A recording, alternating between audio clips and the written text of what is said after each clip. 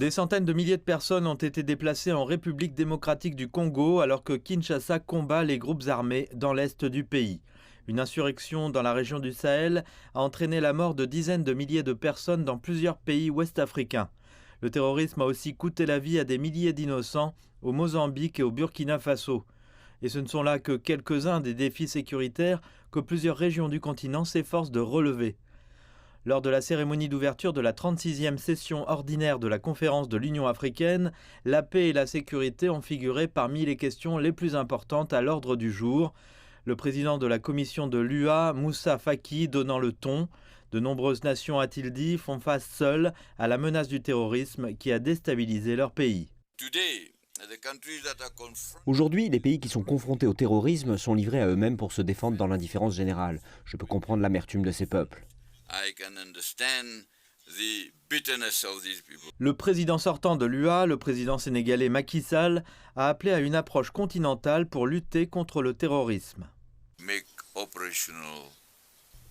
Rendre opérationnelle la force africaine, mettre en place une unité qui luttera contre le terrorisme de manière plus cohérente et de manière plus percutante.